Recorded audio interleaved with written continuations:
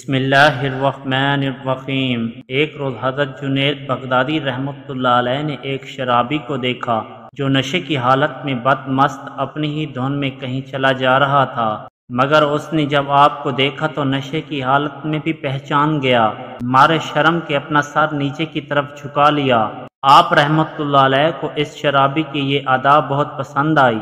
انہوں نے شرابی کا ہاتھ پکڑ کر فرمایا، تو کہاں دھکے کھاتا پھرے گا، اس لیے بہتر ہے کہ میرے پاس چل۔ چنانچہ ابو عثمان نے اس شرابی کو اپنے ہمراہ لیا اور گھر لے آئے، اپنے ہاتھوں سے نہلا دھلا کر اسے خرقہ پہنا دیا اور پھر اس کے حق میں دعا فرمائی کہ اے اللہ، جو کام میرے اختیار میں تھا وہ تو میں نے کر لیا، اب وہ کام جو تیرے اختیار میں ہے اسے تو انجام دے۔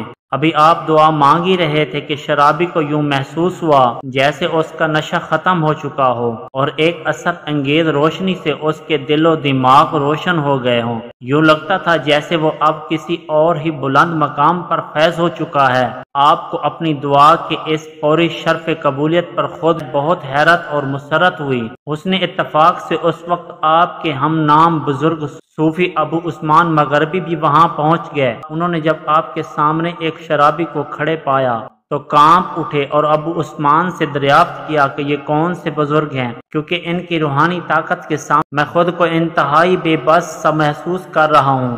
ابو عثمان نے جواب دیا کہ جو شخص آپ کو بظاہر بزرگ نظر آ رہا ہے، چند لمحے پہلے محض ایک شرابی اور بھٹکا ہوا انسان تھا۔ اس کے ساتھ ہی آپ نے انہیں پوری تفصیل بتا دی۔ سارا واقعہ سن کر ابو عثمان مغربی بے اختیار پکار اٹھے، آپ کی زبانی سارا واقعہ سن کر میں رشک اور حسد کی آگ میں جلنے لگا۔ یہ شرابی چند لمحوں میں جس رتبہ کمال پر پہنچ گیا، میں پوری زندگی میں سخت عبادتوں اور ریاضتوں کے باوجود اس مقام کو حاصل نہ کر سکا۔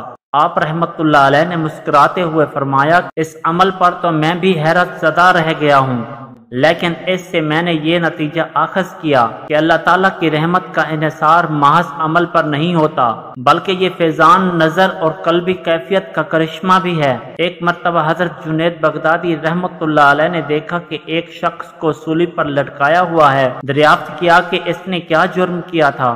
لوگوں نے بتلایا یہ ڈاکو ہے، اول چوری میں دہانہ ہاتھ کاٹا گیا، مگر پھر بھی یہ چوری سے باز نہ آیا تو بایاں پاؤں کاٹا گیا، پھر بھی باز نہ آیا تو سولی کی نوبت آئی۔ حضرت جنید رحمت اللہ علیہ آگے بڑھے اور اس کے پاؤں کو آنکھوں سے لگایا، بوسہ دیا۔ لوگوں نے حیرت سے پوچھا کہ یہ کیا بات ہے؟ فرمایا، میں نے اس کے پاؤں کو بوسہ نہیں دیا، بلکہ اس کے وصف استقلال و استقامت کو بوسہ دیا ہے جو اس کے نفس میں تھا۔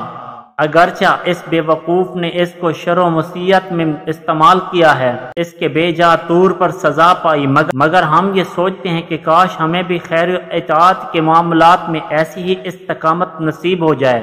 اس طرح کے متعدد واقعات سننے کے لیے ہمارے چینل کو سبسکرائب کریں اور بیل آئیکن کو پریس کریں تاکہ ہماری نیو آنے والی ویڈیوز آپ کو ملتی رہیں۔